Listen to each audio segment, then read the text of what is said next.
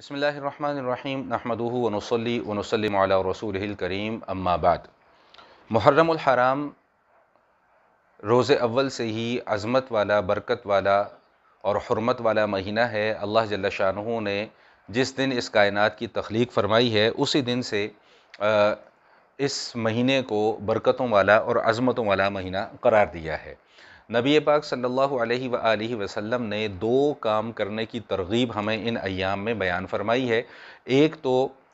9، 10 یا 10 اور 11 کا روزہ رکھنا، یہ ایک مسنون اور مستحب عمل ہے، اور دوسرا عاشورہ کے دن یعنی 10 محرم کے دن اپنے اہل و عیال پر وسعت کرنا۔ امام بیہقی رحمۃ اللہ تعالی علیہ نے اپنی مشہور زمانہ کتاب فضائل الاوقات للبیہقی میں محرم الحرام کی فضیلت کے باب میں ان روایات کو نقل کیا ہے۔ میں مختصراً ان کا خلاصہ آپ کے سامنے عرض کر دوں کہ ایک تو ان ایام کا روزہ رکھنا، اور اس میں فقہا نے لکھا ہے کہ ایک روزہ رکھنا مکروہ ہے، یعنی صرف 10 محرم کا روزہ رکھنا مکروہ ہے، اس کے ساتھ 9 کا روزہ ملا لیا جائے، یا اگر 9 کا روزہ نہیں رکھا تو پھر 11 کا روزہ ملا لیا جائے، یعنی مسنون عمل 9، 10 یا 10 اور 11 کا روزہ رکھنا ہے۔ اور یہ بات بھی ہمیں نبی پاک صلی اللہ علیہ وآلہ وسلم اور حضرات صحابہ کرام رضوان اللہ تعالی علیہم اجمعین کے عمل سے معلوم ہوتی ہے۔ اور دوسری بات، جیسا کہ میں نے عرض کیا کہ حضور علیہ السلام نے عاشورہ کے دن اپنے اہل و عیال پر مال میں خرچ وسعت کرنے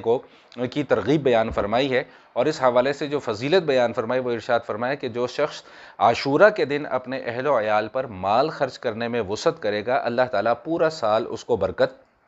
عطا فرماتے ہیں۔ تو یہ دو احادیث ہیں، اور ان دو احادیث کی روشنی میں ہمیں یہ بات معلوم ہوتی ہے کہ ان ایام میں ہمیں دو کام کرنے ہیں۔ نمبر 1 9، 10 یا 10 اور 11 کا روزہ رکھنے کی کوشش کرنی ہے، اور نمبر 2 عاشورہ کے دن اپنے اہل و عیال پر خرچ میں وسعت کرنی ہے۔ اب خرچ میں وسعت کرنے کا مقصد دیگیں پکا کر، حلیم پکا کر، حلوے پکوا کر تقسیم کروانا نہیں ہے، بلکہ اپنے اہل و عیال پر مال میں وسعت کرنا۔ اب اس کی کوئی بھی صورت ہو سکتی ہے، یا بعض حضرات یہ کرتے ہیں کہ اس دن اپنے گھر میں بہت سا راشن جو ہے وہ اکٹھا کر کے دکان سے خرید کر ڈلوا لیتے ہیں، یا اس دن کھانا کوئی اچھا اور بہترین سا پکا لیا اپنے گھر والوں کے لیے، یا کو مال کسی بھی طریقے سے جائز شکل میں جو ہے وہ اس کو خرچ کر لیا۔ تو یہ چیز تو ہمیں نبی پاک صلی اللہ علیہ وآلہ وسلم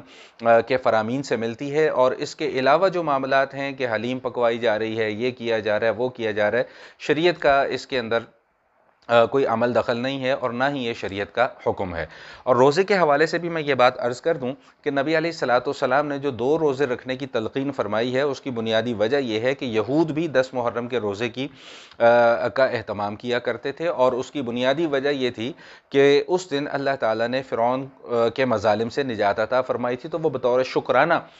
یہ عمل کیا کرتے تھے کہ 10 محرم کا روزہ رکھتے تھے۔ اب نبی علیہ السلام کی تعلیمات سے اور صحابہ کرام کے عمل سے یہ بات معلوم ہوتی ہے کہ حضور علیہ السلام نے ایک روزہ رکھنے سے منع فرمایا ہے، اور دوسرا روزہ ساتھ ملانے کی تلقین فرمائی ہے۔ جو اہم ترین نقطہ یہاں سے ہمیں معلوم ہوتا ہے اور سمجھ میں آتا ہے وہ یہ ہے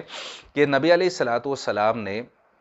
کسی بھی معاملے میں اغیار کی مشابہت کو پسند نہیں فرمایا، چاہے وہ عبادت ہو، چاہے وہ معاشرت ہو، چاہے وہ معیشت ہو، چاہے وہ دنیا کا یا زندگی کا کوئی بھی معاملہ ہو۔ نبی علیہ السلام نے اغیار کی مشابہت سے منع فرمایا، اور صحیح حدیث میں یہ بات ارشاد فرما دی کہ من تشبہ بقوم فہو منہم، جو جس قوم کے ساتھ مشابہت اختیار کرے گا اس کا حشر انہی کے ساتھ ہوگا۔ تو بہرحال خلاصہ کلام یہ ہے کہ 2 کاموں کی ترغیب نبی علیہ السلام نے فرمائی ہے، 9، 10 یا 10 اور 11 کا روزہ رکھنا، اور نمبر 2 اہل و عیال پر عاشورہ کے دن کھانے میں یا خرچ کرنے میں وسعت کرنا۔ روزے کے حوالے سے یہ بات ذہن نشین فرما لیجئے کہ یہ دونوں روزے نفلی روزے ہیں، اگر کوئی رکھنا چاہے تو رکھ لے، اگر کوئی نہ رکھ سکے تو اس کے اوپر کسی قسم کا کوئی گناہ نہیں ہے۔ نفلی عبادات کا اصول ہی یہی ہے کہ ان کو لازم اور ضروری نہیں سمجھنا چاہیے۔ ہاں اگر کوئی اس پر عمل کر لے گا تو انشاءاللہ وہ اللہ کے ہاں اجر اور ثواب کا مستحق ہوگا۔ اللہ تعالی ہمیں دین کا صحیح فہم عطا فرمائے۔ والسلام علیکم ورحمۃ اللہ وبرکاتہ۔